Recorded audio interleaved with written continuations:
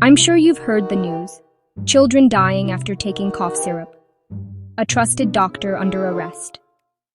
How did it come to this?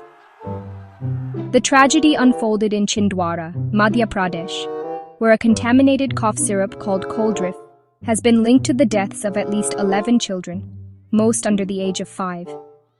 Tests revealed the syrup contained a toxic chemical, diethylene glycol, which causes fatal kidney failure.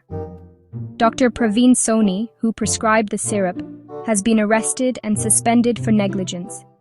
The manufacturer, Sresun Pharma, faces criminal charges, and their products have been banned across multiple states. Authorities have launched a nationwide investigation and issued an urgent advisory. Children under 2 should not be given cold or cough medications. For grieving families, justice can't come soon enough. Stay informed, stay safe.